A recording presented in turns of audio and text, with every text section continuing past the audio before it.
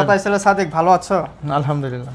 এখন কথা ছিল যে এই যে মনে করো তোমার পাসপোর্ট ইআরপি, ঠিক আছে, আর আমার পাসপোর্ট ছিল গিয়া ই পাসপোর্ট, ঠিক আছে। এখন তোমার জন্য যে জিনিসটা করছে সেটা হচ্ছে গিয়া তোমার অ্যাপ্লাই করার পর 3-4 মাস পর আসে, ঠিক আছে, তারপর ফিঙ্গার দিতে হয়। এখন এইটা কি জন্য ফিঙ্গার দেওয়া লাগে, কি জন্য? ফিঙ্গার বহুত মুশকিল এখন। ফিঙ্গার আবেদন করলে পরে 4 মাস পর ফিঙ্গার ডেট আছে, তা পাসপোর্ট বাইরে আবার 2-3 মাস পর, 6-7 মাস যদি এমনি চলে যায়, মানুষ কি একটা হয়রানি। আমাকে একমাত্র বাংলাদেশে এদিকে সম্ভব, অন্য কোনো দেশে না। এরকম সিস্টেম কি সৌদি আরবে আছে? নাই, সৌদি আরবে ক্লিক করে পৃথিবীর কোনো দেশে নাই, একমাত্র বাংলাদেশ। তাহলে যে আমাদের যে ডিজিটাল সিস্টেমটা মানে কোনো কার্যকরের মধ্যে নাই, কার্যকর করে কোনো ফায়দা নাই। বাঙালি তো আমাকে হয়রানি কমতেছে না আমাদের। আচ্ছা দেখো, তোমার যে যেমন আপশিট দিয়ে তুমি সবকিছু চলো, ঠিক আছে, তাহলে আমাদের বাংলাদেশে এনআইডি সিস্টেমটা এরকম হলে কেমন হয়? এরকম তো আলহামদুলিল্লাহ ভালো। তাহলে এখন সরকারের উচিত কি যে একটা সেম আমাদের এনআইডি কার্ডের সাথে লাইসেন্স ও অন্যান্য যত অপরচুনিটি আছে ওটা যোগ করে দেখ, নাকি? যোগ করে সবকিছু অনলাইন থাকলে সবচেয়ে সুবিধা, তাই না? তাহলে এটা করতে তো সরকারের মনে হয় না তেমন কোনো আছে গাবলা। সরকার ইচ্ছা করলে সবকিছু সম্ভব। তাহলে সৌদির দিকে তাকায় কেন দেখে না তারা? এটা কেন করে না? এটা অবহেলিত। প্রবাসীরা এরা কেয়ার করে না। প্রবাসীদের টাকাতে বাংলাদেশ চলে, মানে বাংলাদেশে সেটা কেয়ার করে না। বাংলাদেশে কি কোনো এরকম প্রোগ্রামার নাই যে, অথবা এরকম মেধা নাই তুমি মনে করো?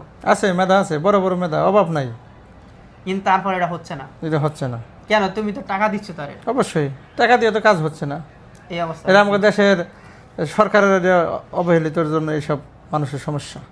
আচ্ছা দেখো, অন্যান্য রাষ্ট্রের যারা যায়, যেমন মনে করো বিভিন্ন রাষ্ট্রে যায়, ঠিক আছে, এই যে ধরেন থাইল্যান্ড, সিঙ্গাপুর 24 আওয়ার্স, 24 ঘন্টার ভিতরে পাসপোর্ট হয়ে যায়।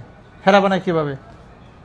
আবার দেখেন আমাদের প্রধানমন্ত্রী তারেক রহমান বাংলাদেশে গেলে এনআইডি একদিনের ভিতরে হয়ে গেল। তার মানে বাংলাদেশ চাইলে সম্ভব, সবকিছু সম্ভব, ঠিক আছে। করতেছে না, ওরা খাবে মানুষের, ওরা খাবার ধান্দা, ওদের মনে করে সাধারণ মানুষের পেরেশানি ফেলায় না।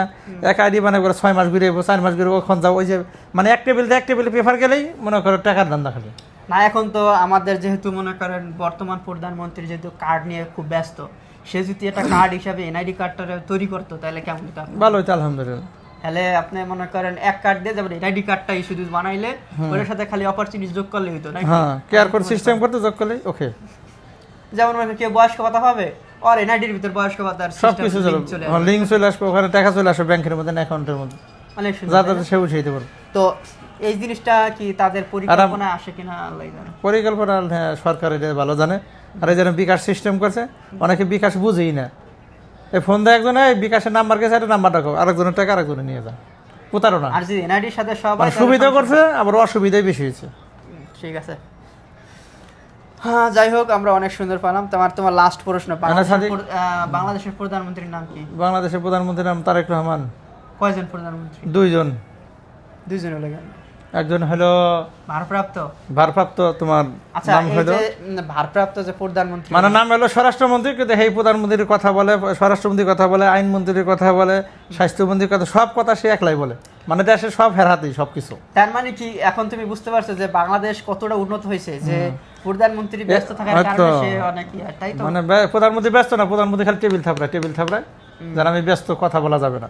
তাহলে আমরা এই আশা করি যে একটা এনআইডি কার্ডের মাধ্যমে যাতে সকল অপরচুনিটি পাওয়া যায়, অবশ্যই এই পরিকল্পনা যদি তার হাতে নেয় সবচেয়ে ভালো হবে। সবচেয়ে ভালো, আমরা চাই জনগণের সুবিধা। হ্যাঁ, ঠিক আছে স্যার, শুধু